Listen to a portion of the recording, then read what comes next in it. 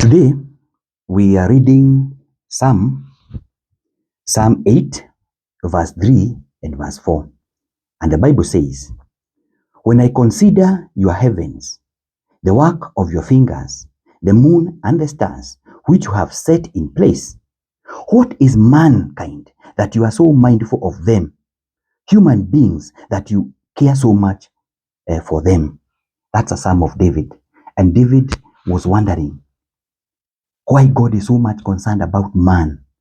When he considers the heavens, when he considers the moon and the stars, he sees those things being so marvelous. He sees them being so big. He sees them being so complicated until he asks, God, you seem to be so much concerned about man.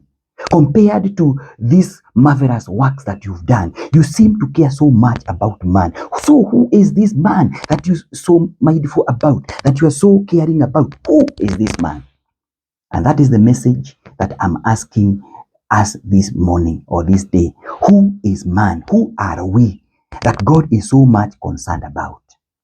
One, I want to tell you, ladies and gentlemen, that you are a very special person.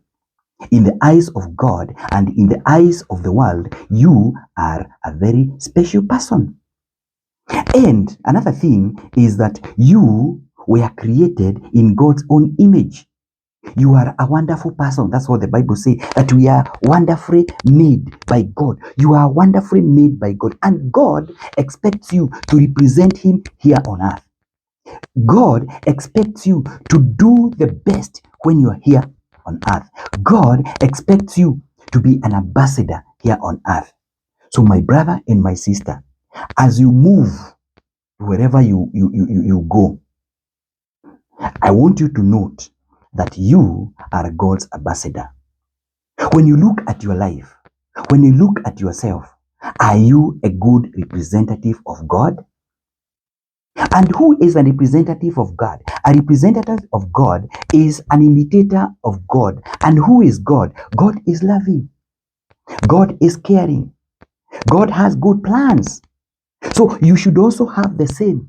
You should be loving to your brothers and sisters. You should care for the brothers and sisters. And you should always have good plans for yourself. So I want to encourage you this morning.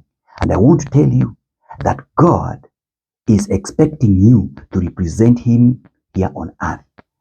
And whatever that you do, make sure that you do for good and for the betterment of this world, so that this world may be a better place to live. We are living at a time when things are very sad, things are very bad, things are hectic.